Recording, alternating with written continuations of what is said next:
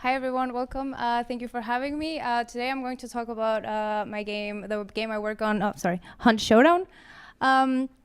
You, as a game developer, you are, or you at least should be used to or aware of user feedback. If you take, for example, the life cycle of a boxed product, normally you would get feedback towards the end of it. Let's say you do closed alpha, beta, or even release. That's when you start seeing the first reactions to your game, almost towards the end of the development cycle. When you take a game in early access, which is what we're doing for Hunt, that is an entirely different beast in a way. We actually have to take this feedback, have to take all of this on board from day one. So all of these questions that pop up are like, oh, does this work? Did they like this feature? Did they not like it? How do we fix this? This is something that normally you have dedicated teams, dedicated people, dedicated processes to do. And we take that on board from the first moment. So one of the things that we have seen from our community and from our community building process is that to actually be successful in this, you have to listen. And we are very thankful that our approach to community-driven development has been somewhat validated from our fans, that they actually agree that we do listen.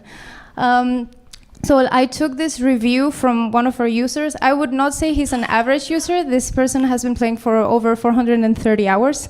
That's the kind of guy you want playing your game, right? And he actually did a review a few months ago, and he actually went back to his review and changed it, updated it a little bit.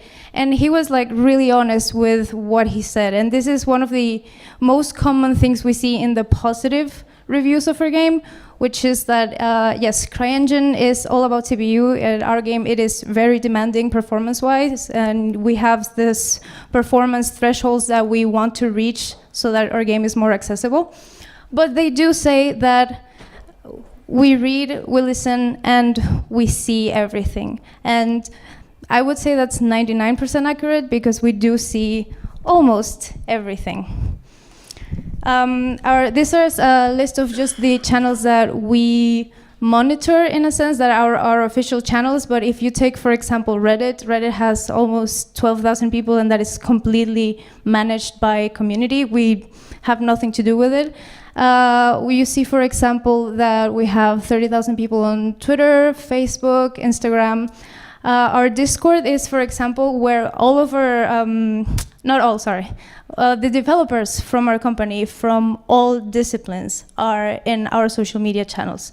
And this is something that the community appreciates so much, to be able to reach out and to be able to talk to, for example, the technical director of the company. It's not really unheard of that these guys dedicate a few minutes of the day to just do one-on-one technical support. Oh, I have this issue, can I talk to you? And yes, and being approachable, just being there makes so much of a difference when you're trying to be successful with community-driven development. It sounds a bit paradoxical in a way to have a set direction for where you want the game to go, and at the same time having to take on board all of this feedback constantly. And some of the things that we have been doing, for example, we have a platform called User Voice. It's a feedback platform where people register and they submit an idea. So let's say, for example, you want werewolves in the game. You put your idea, you submit it, and people vote on it. So 11,000 people have registered, and we have more than 5,000 ideas since the game launched in February. And how do you process this information? How do you manage the magnitude of these expectations?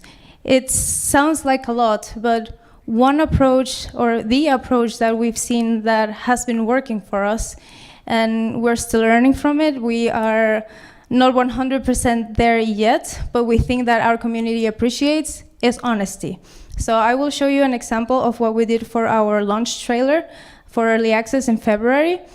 We actually recorded gameplay sessions in the office from everybody who wanted to join, and our game is a multiplayer and you can play with a partner. So it's very important that you communicate, and we have voice chat in the game. And I will show you, and stop talking. This one. That's off, Kevin. Front on me, take away. Quiet now. Run down. Oh no, there'll be a lady! Right, he's behind you, he's right behind you. Yeah, I've got it, Take her out before you take her. Right, got it, she's down.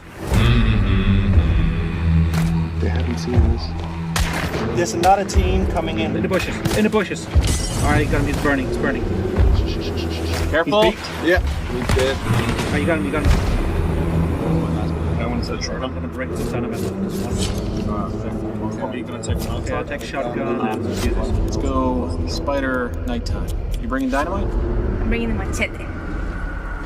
All the players with Careful, jets someone spooked the birds. Let's get the fucking coming from the flare, I'm gonna try to take this guy on. Quiet. fast. High. And then I think like people see what happens over there. Second clue coming up. See if you can find it in dark vision. Found the clue in the next room. Behind me, what's behind me? Got the clue. Right, Puerto Rico it is. There he is!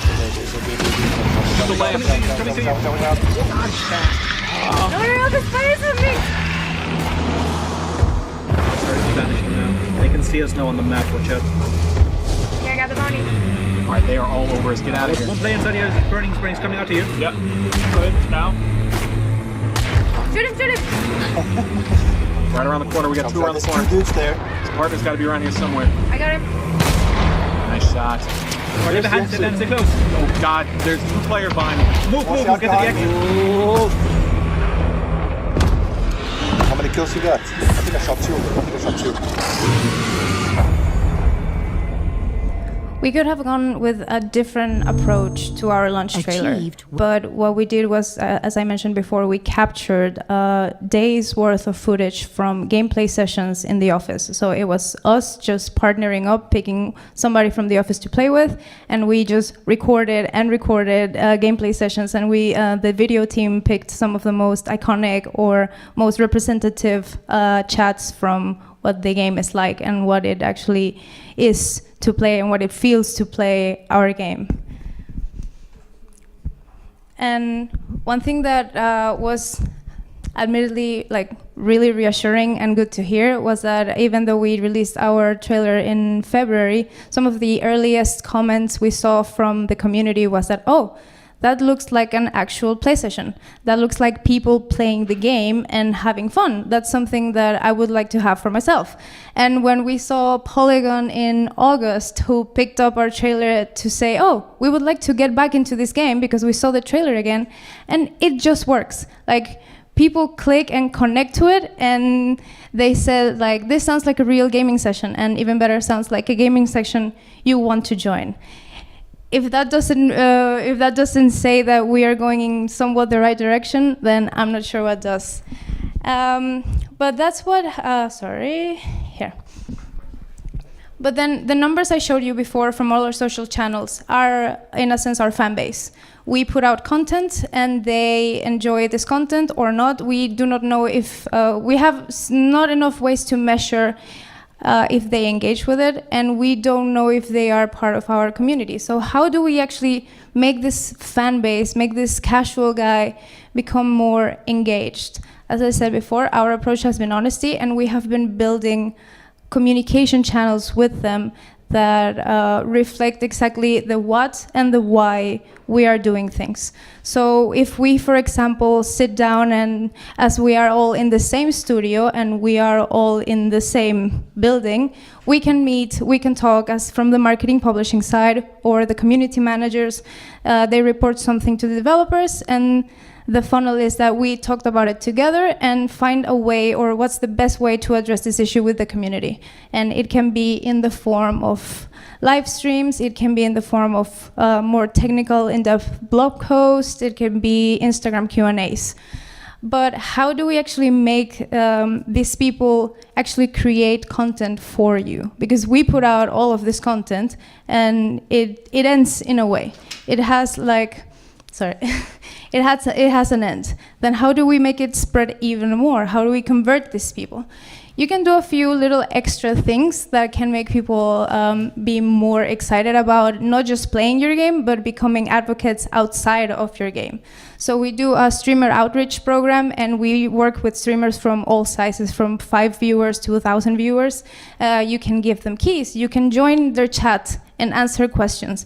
It's really exciting to just join somebody who's playing the game. For example, I speak Spanish in the office, and I like to join Spanish-speaking streams because I know that some people in the office are not able to. So I just jump in, and they see my name, and then I start answering questions, and they're like, oh, there's a developer here, that's really exciting. Like, they are actually listening and paying attention. Some of the other stuff we do is in our social media channels, we promote their fan art, which we get a lot of, and it's really cool, and that's a reflection of that we have a powerful brand, and that we are very committed to keeping our style and that unique, in a sense. We have our public roadmap, which is all of our development key beats are on a website, so people know what we're working on, how much time we estimate that it will take, and it's, even if we don't necessarily stick to it all the time, we communicate the reasons why we will not be able to reach this certain milestone in 3 months, for example. And that has been very well received. Even if you cannot reach the milestone, if you explain why and you explain the process of it, people understand, and that's what you want. You want your fans to understand why you are doing things the way you're doing them, even if it doesn't necessarily agree with what they're expecting. And we have, lastly, our moderator and contributor program. We give them customized swag, like t-shirts, hoodies, and for example, we just went to TwitchCon in October, last month, and we brought 2 of our American moderators. So they came over, they had a lot of fun meeting the developers, and they went to an event with us, and it was really exciting because the way these guys play the game, the way these guys view your games, they are much more of an expert than you would even believe, and they see and analyze the game in ways that you as a developer not necessarily have seen before.